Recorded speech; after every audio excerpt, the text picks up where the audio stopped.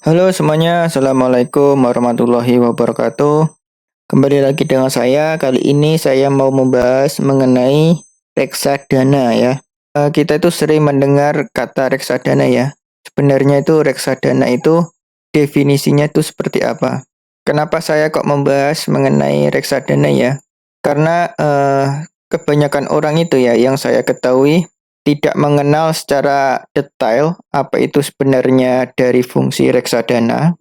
Bahkan ada yang tidak mengenal sama sekali tentang reksadana itu. Kinerjanya seperti apa, terus cara belinya itu seperti apa, mereka itu belum tahu. Nah, di video kali ini saya fokuskan secara umum saja mengenai reksadana, tempat di mana pengelolaan dana atau modal bagi sekumpulan investor untuk berinvestasi dalam instrumen-instrumen investasi yang disediakan ya.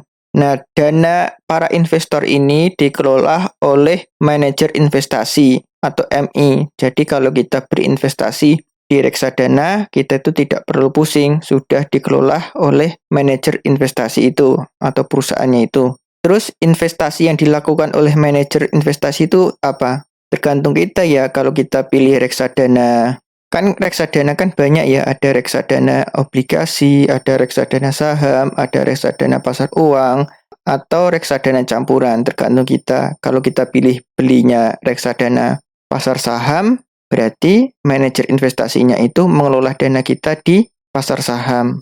Jadi kalau kita membeli reksadana ya, misalnya jenis reksadana pasar uang.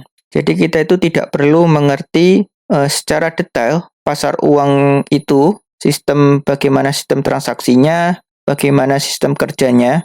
Kita itu hanya membeli produk reksadana, kemudian uang kita itu dikelola oleh manajer investasi. Dan tentunya harapan akhir itu kita itu mendapatkan keuntungan ya dari produk reksadana itu.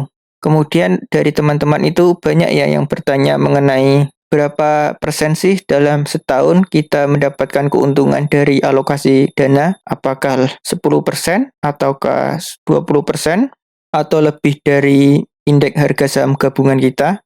Tentunya itu tidak bisa dipatok karena itu kan dinamis sifatnya reksadana itu dikelola oleh manajer investasi. Keuntungan reksadana itu tidak bisa dipatok seperti deposito ya. Kalau deposito bank kan sudah pasti ya, kalau kita 1 tahun itu dapat berapa persen. Tapi kalau reksadana itu belum pasti. Ya bisa rugi dan bisa melebihi dari deposito itu. Oke, mungkin videonya sampai sini saja. Semoga bermanfaat. Paling tidak kita mengerti reksadana itu seperti apa ya. Pengertian umumnya.